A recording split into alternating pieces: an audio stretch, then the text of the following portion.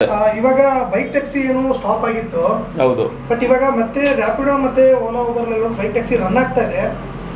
ಏನು ನಿಮ್ಗೆ ಏನಾದ್ರು ಮಾಹಿತಿ ಬಂತಾ ಯಾವ ರೀತಿ ಅಂತ? ಅದೇ ಸಾಕಷ್ಟು ಜನ ಡ್ರೈವರ್ಸ್ಗಳು ನಮಗೆ ವಾಟ್ಸಪ್ಪಲ್ಲಿ ಮತ್ತು ಫೇಸ್ಬುಕ್ ಮೆಸೆಂಜರ್ಗಳಲ್ಲೂ ಕೂಡ ಸ್ಕ್ರೀನ್ಶಾಟ್ಗಳನ್ನ ಕಳಿಸ್ತಿದ್ದಾರೆ. ಕೆಲವರು ಸೋಷಿಯಲ್ ಮೀಡಿಯಾಗಳಲ್ಲೂ ಕೂಡ ಬೈಕ್ ಟ್ಯಾಕ್ಸಿ ರನ್ ಆಗ್ತಿರೋ ಅಂಥದ್ದು ಅವ್ರದ್ದೇನು ಆ್ಯಪಲ್ಲಿ ಬೈಕ್ಗಳು ಕಾಣಿಸ್ತವೆ ಆ ಸ್ಕ್ರೀನ್ಶಾಟ್ಗಳನ್ನ ತೊಗೊಂಡು ಸಾಮಾಜಿಕ ಜಾಲತಾಣಗಳಲ್ಲಿ ಪೋಸ್ಟ್ ಮಾಡ್ತಿರೋ ಅಂಥದ್ದನ್ನು ನಾವು ಗಮನಿಸಿದ್ದೀವಿ. ನಾನು ಸಹ ನನ್ನ ಮುಖಪುಟ ಮುಖಾಂತರ ಮಾಹಿತಿ ತಿಳಿಸಿದ್ದೀವಿ. ಈಗ ನಿಮಗೆಲ್ಲ ಗೊತ್ತಿರೋ ಹಾಗೆ ಹೈಕೋರ್ಟು ಇನ್ನೂ ಯಾವುದೇ ರೀತಿಯ ತೀರ್ಪನ್ನು ಕೊಟ್ಟೇ ಇಲ್ಲ. ನೀವು ಬೈಕ್ ಟ್ಯಾಕ್ಸಿನ ರನ್ ಮಾಡ್ಕೊಳ್ಳಿ ಅಂತ ಹೇಳಿ ಯಾವುದೇ ರೀತಿಯ ಆನ್ಲೈನ್ ಆ್ಯಪ್ ಸಂಸ್ಥೆಗಳಿಗೂ ಕೂಡ ತಿಳಿಸಿಲ್ಲ. ಮತ್ತು ಸರ್ಕಾರಕ್ಕೂ ಕೂಡ ಬೈಕ್ ಟ್ಯಾಕ್ಸಿ ಅವರು ರನ್ ಮಾಡ್ಕೊಳ್ಬೋದು ಅನ್ನೋ ರೀತಿಯಲ್ಲೂ ಕೂಡ ಆದೇಶ ಕೊಟ್ಟಿಲ್ಲ. ಇಲ್ಲಿ ಹಿಯರಿಂಗ್ ಡೇಟ್ಗಳು ನಡೀತಾ ಇದ್ದಾವೆ ಅಷ್ಟೇ. ಆ ಹಿಯರಿಂಗ್ ಡೇಟ್ಗಳು ನಡೆದಾಗೆಲ್ಲ ವಾದ ವಿವಾದಗಳು ಲಾಯರ್ಗಳು ನಡೆಸ್ತಾ ಇದ್ದಾರೆ. ಆ ನಡೆಸೋ ಅಂಥ ಮಾತುಕತೆಗಳು ಮಾತ್ರ ನಮ್ಗಿಲ್ಲಿಗೆ ಗೊತ್ತಾಗ್ತಾ ಇದೆ ಹೊರತು ಇನ್ನೂ ನಿಖರವಾದ ತೀರ್ಪು ಬಂದಿಲ್ಲ. ಈಗ ನಡೆದಂತಹ ತೀರ್ಪಲ್ಲಿ ಏನಂತ ಹೇಳಿದೆ, ಸೆಪ್ಟೆಂಬರ್ 22ಕ್ಕೆ ಅಂದರೆ 4 ವಾರದಿನ ಗಡುವನ್ನು ಕೊಟ್ಟಿದ್ದಾರೆ.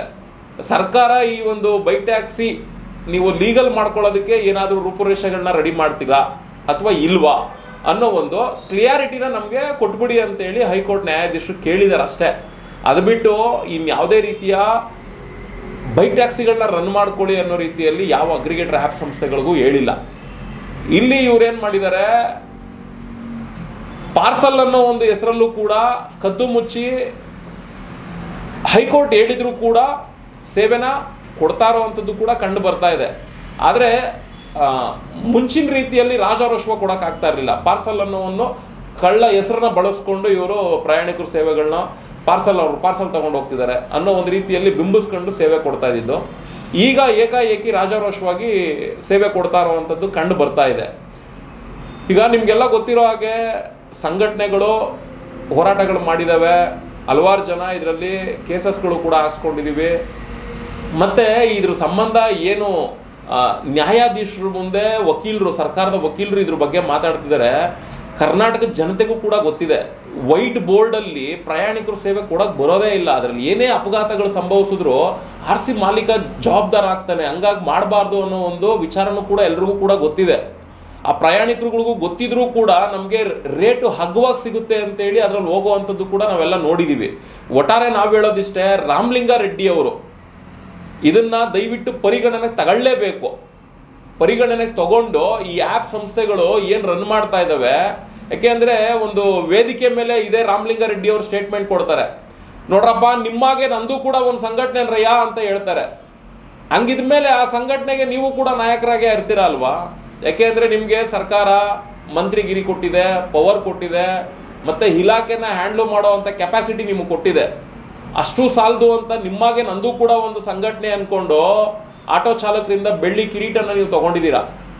ಇಂಥ ಒಂದು ಮನಸ್ಥಿತಿ ಇರೋವಂಥ ನೀವು ವ್ಯಾಲಂಟ್ರಿಯಾಗಿ ನಿಮ್ಮ ಸಾರಿಗೆ ಇಲಾಖೆಗೆ ಈ ಕೂಡಲೇ ನೀವು ಸಂದೇಶ ಕೊಡಬೇಕಾಗ್ತದೆ.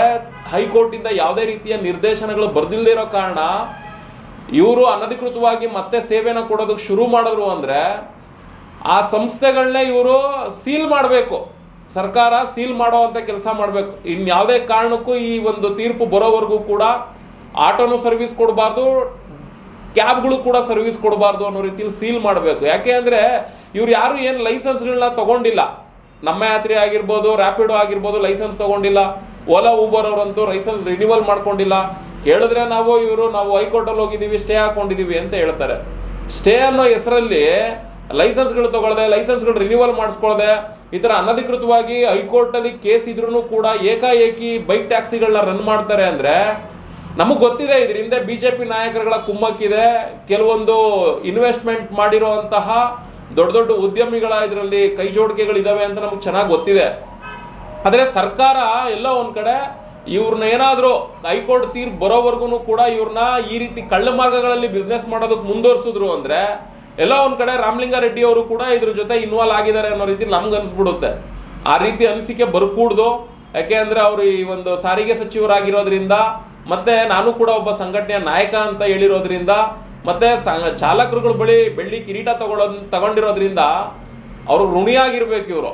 ಯಾಕೆ ಅಂದರೆ ಚುನಾವಣೆ ಸಂದರ್ಭದಲ್ಲಿ ಚಾಲಕರನ್ನೆಲ್ಲ ಸೇರಿಸಿ ನನ್ನ ಮಗಳು ಎಲೆಕ್ಷನ್ಗೆ ನೀವೆಲ್ಲ ಸಪೋರ್ಟ್ ಮಾಡಬೇಕು ಅಂತೇಳಿ ಚಾಲಕರ ಹತ್ರನೂ ಕೂಡ ಬಂದು ಮಾತಾಡಿರುವಂಥದ್ದನ್ನು ಕೂಡ ನಾವು ನೋಡಿದ್ದೀವಿ. ಹಂಗಾಗಿ ನಾವು ಹೇಳೋದಿಷ್ಟೇ, ರಾಮಲಿಂಗಾರೆಡ್ಡಿ ಅವರೇ, ಆದಷ್ಟು ನೀವು ಈ ಬೈಕ್ ಟ್ಯಾಕ್ಸಿನ ನಿಲ್ಲಿಸೋದಕ್ಕೆ ಈ ಕೂಡಲೇ ಅಧಿಸೂಚನೆನ ಕೊಡಬೇಕು. ಯಾಕೆಂದರೆ ನೋಡಿ, ನಿಮ್ಮ ವಿರುದ್ಧವಾಗಿ ಇಲ್ಲಿ ಯಾರೇ ಧ್ವನಿ ಎತ್ತಿ ಮಾತಾಡ್ಬಿಟ್ರು ಅವ್ರ ಮೇಲೆ ಕೇಸ್ಗಳಾಗ್ತೀರಾ. ಯಾಕೆಂದರೆ ನಿಮ್ಮ ನಡೀತಿರೋವಂಥ ವಿದ್ಯಮಾನಗಳನ್ನ ನಾವು ಗಮನಿಸಿ ಪ್ರಶ್ನೆ ಮಾಡಿ ಕೇಳಿದ್ರೆ ಅಂಥವ್ರ ಮೇಲೆ ಕೇಸ್ಗಳಾಗ್ತೀರಾ, FIR ಮಾಡಿಸ್ತೀರಾ, ಅವ್ರನ್ನ ಕೋರ್ಟ್ಗೆ ಅಲಿಯುವಂಥ ರೀತಿಲೆಲ್ಲ ಮಾಡಿಸ್ತಾ ಇದ್ದೀರಾ. ಅಂದರೆ ನಿಮ್ಗೇನೋ ನೀವು ಅಧಿಕಾರದಲ್ಲಿರೋವರೆಗೂ ಕೂಡ ನಿಮಗೆ ಬಕೆಟ್ ಇಟ್ಕೊಂಡಿರ್ಬೇಕಾ ನಾವು, ಇಲ್ಲ ನಿಮ್ಮನ್ನ ಹೊಗಳ್ಕೊಂಡೇ ಇರ್ಬೇಕಾ ನಾವು?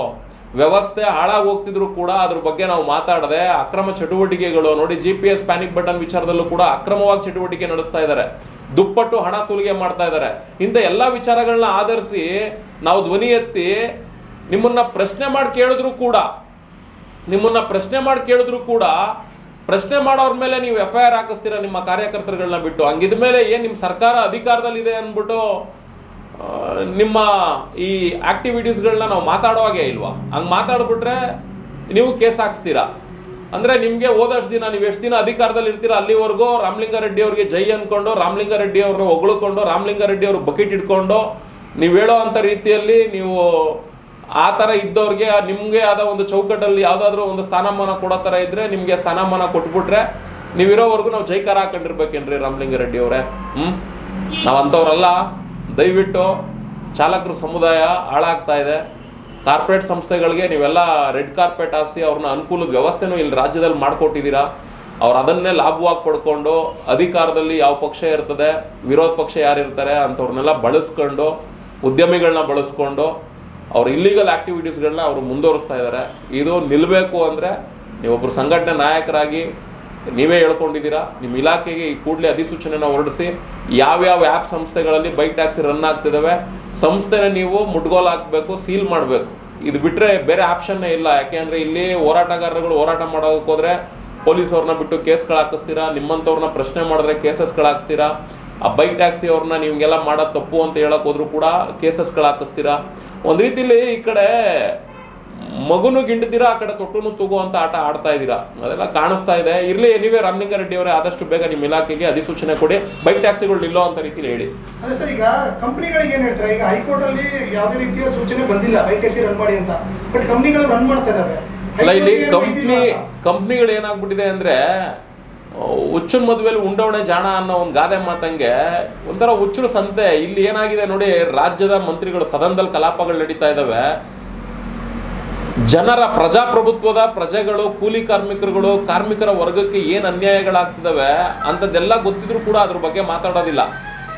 ಅದ್ರ ತದ್ವಿರುದ್ಧವಾಗಿ ರಾಜಕಾರಣಿಗಳು ಮಾತಾಡ್ತಾರೆ, ಯೂಸ್ಲೆಸ್ ಟ್ಯಾಕ್ಸ್ಗಳನ್ನ ಸದನದಲ್ಲಿ ಮಾತಾಡ್ತಿದ್ದಾರೆ. ಜನತೆ ಅಭಿವೃದ್ಧಿ ಬಗ್ಗೆ, ಕಾರ್ಮಿಕರ ಅಭಿವೃದ್ಧಿ ಬಗ್ಗೆ, ಮತ್ತೆ ನಮ್ಮ ಕರ್ನಾಟಕ ರಾಜ್ಯನ ಯಾವ ಮಟ್ಟಕ್ಕೆ ಬಿಲ್ಡ್ ಮಾಡಬೇಕು, ಇದರಲ್ಲಿ ಹೆಂಗೆ ಇಂಥ ಕಾರ್ಪೊರೇಟ್ ಸಂಸ್ಥೆಗಳನ್ನ ಹೊರಗಡೆ ಹಾಕಿ ಸರ್ಕಾರದ ಕಡೆಯಿಂದನೇ ಹೆಂಗೆ ಉದ್ಯೋಗಗಳನ್ನ ಕೊಡಬೇಕು, ಈ ಥರದ್ದು ಯಾವುದೂ ಕೂಡ ಆಲೋಚನೆಗಳೇ ಇಲ್ಲ ಇವ್ರದ್ದು. ಬರೀ ಕೋಳಿ ಜಗಳ. ನನ್ನ ಪ್ರಕಾರ BJP ಕಾಂಗ್ರೆಸ್ ಅನ್ನೋದು ಇವೆರಡೂ ಕೂಡ ಒಂದೇ ನಾಣ್ಯದ ಎರಡು ಮುಖಗಳಿದ್ದಂತೆ ಅನ್ನೋ ಥರ ನಮ್ಗೆ ಅನಿಸ್ಬಿಟ್ಟಿದೆ. ಯಾಕೆಂದರೆ ಎಲ್ಲ ಪಾರ್ಟ್ನರ್ಶಿಪ್ ವ್ಯವಹಾರಗಳನ್ನ ಮಾಡ್ಕೊಂಡು ಕೂತಿದ್ದಾರೆ ಇವ್ರುಗಳು. ಇವರಿಂದ ಏನೂ ರಾಜ್ಯದ ಜನತೆಗೆ ಒಳ್ಳೇದಂತೂ ಆಗ್ತಿಲ್ಲ. ಹಂಗಾಗಿ ಈ ಕಾರ್ಪೊರೇಟ್ ಸಂಸ್ಥೆಗಳು ಆಡಿದ್ದೇ ಆಟ ಆಗ್ಬಿಟ್ಟಿದೆ. ಥರ ಹುಚ್ಚರು ಸಂತೆ. ರಾಜಕಾರಣಿಗಳು ಒಂಥರ ಹುಚ್ಚರಾದರೆ ಪಬ್ಲಿಕ್ ಒಂಥರ ಹುಚ್ಚರಾಗಿದ್ದಾರೆ. ಇದನ್ನು ವಿರೋಧ ಮಾಡೋ ಅಂಥವ್ರು ನಾವು ಒಂಥರ ಹುಚ್ಚರಾಗ್ಬಿಟ್ಟಿದ್ದೀವಿ. ಇನ್ನು ಅವ್ರುಗಳಂತೂ ಇವರೆಲ್ಲರೂ ಕೂಡ ನಾವು ಆಡಿಸ್ತಿರೋ ಅಂತಹ ಸೂತ್ರಧಾರಿಗಳು ಅಂದ್ಕೊಂಡು ಅವ್ರುಗಳು ಆಟ ಹಂಗೆ ಆಡ್ತಿರೋದ್ರಿಂದ ಇಲ್ಲಿ ಕಾನೂನಿಗೂ ಕೂಡ ಮಣ್ಣೇರಿಸ್ತಾ ಇದ್ದಾರೆ, ವ್ಯವಸ್ಥೆನೂ ಕೂಡ ಹಾಳು ಮಾಡ್ತಾ ಇದ್ದಾರೆ. ಈ ಹುಚ್ಚರು ಸಂತೆಯಲ್ಲಿ ಅವ್ರುಗಳು ನಾವು ಉಂಡಿದ್ದೇ ಊಟ ಅನ್ನೋ ರೀತಿಯಲ್ಲಿ ಈ ರೀತಿಯ ಒಂದು ಆಟ ಆಡ್ತಿರೋದ್ರಿಂದ ಕಾರ್ಪೊರೇಟ್ ಸಂಸ್ಥೆಗಳನ್ನ ಏನು ವಿರೋಧ ಮಾಡೋದಕ್ಕೆ ಸಾಧ್ಯ ಅನ್ನೋದು ನಾವು ಕೂಡ ನೋಡ್ತಾ ಇದ್ದೀವಿ. ಅವ್ರನ್ನ ಏನೇ ವಿರೋಧ ಮಾಡಿದ್ರು ಕೂಡ ಏನು ಪ್ರಯೋಜನಕ್ಕೆ ಬರ್ತಾ ಇಲ್ಲ.